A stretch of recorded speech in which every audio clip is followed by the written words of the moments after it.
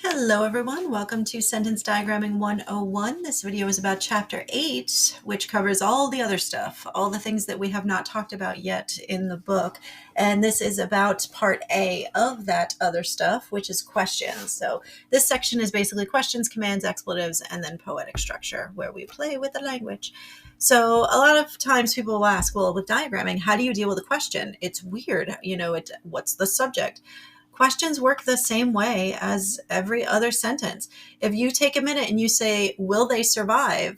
The trick is to answer the question with the same words, but sound really confident. You're like, they will survive. So if you say they will survive, you're like, oh, they is my subject, will survive is my verb. So what you need to do in a question is simply flip the word, the interrogative, with the subject, and then you will make it into a declarative statement. So where are his shoes? His shoes are where, right? So you still, all right, I did a little uplift there at the end to be surprised. But what you would say is his shoes are, and then where is the adverb telling me where they are. So you're like, his shoes are, and then where? Is John's wife happy to see him? John's wife is happy to see him. So you just flip it. So instead of is happy, is wife happy? You're like, wife is happy. Boom.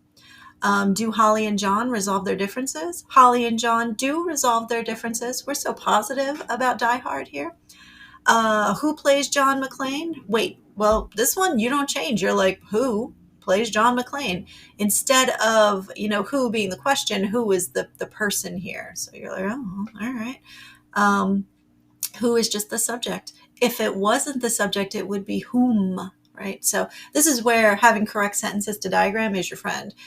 Pronouns, a lot of the time, the way that the pronoun appears will tell you if it is a subject or an object. Like she and he have to be subjects, him and her have to be objects.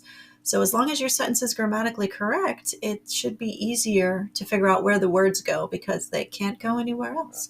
So who has to stay in the subject spot? So who plays John McClane? Who plays John McClane? Bruce Willis plays John McClane. Okay. How does Hans fall off the building? Hans does fall off the building. And then how? Because that's an adverb, right? So you're like, Hans does fall, and then he falls off the building.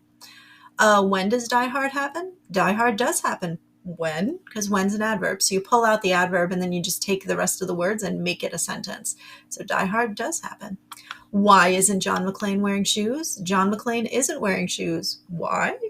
So you just add it to the end if you've got an adverb situation. Whereas remember in the first one, you're like, will they survive? They will survive. So you don't have extra words here. If it was like, when will they survive? That seems like an ominous question. They will survive when. Where his shoes are where. John's wife is happy to see him. So you flip these around to make them positive and to make them declarative statements. Now, if you're going to diagram, these are simple sentences. A lot of times questions are, so you're like, they will survive. Now, the trick is to keep your capitals the same. That's how I know that this is a question. Will they survive? Because the W in will is still capitalized. So where, same thing. You should be doing this anyway. Always keep capitals wherever they are. It doesn't matter where they end up in the diagram, but maintain capitalization so that people looking at it will be like, oh, this was a question. Where are his shoes? John's wife is happy to see him. So this one, I can't tell. I would just be like, this could be a statement or this could be a question. This is one of the limitations of this style of diagramming, and Alonzo and Reed considered that, but then also didn't do anything about it.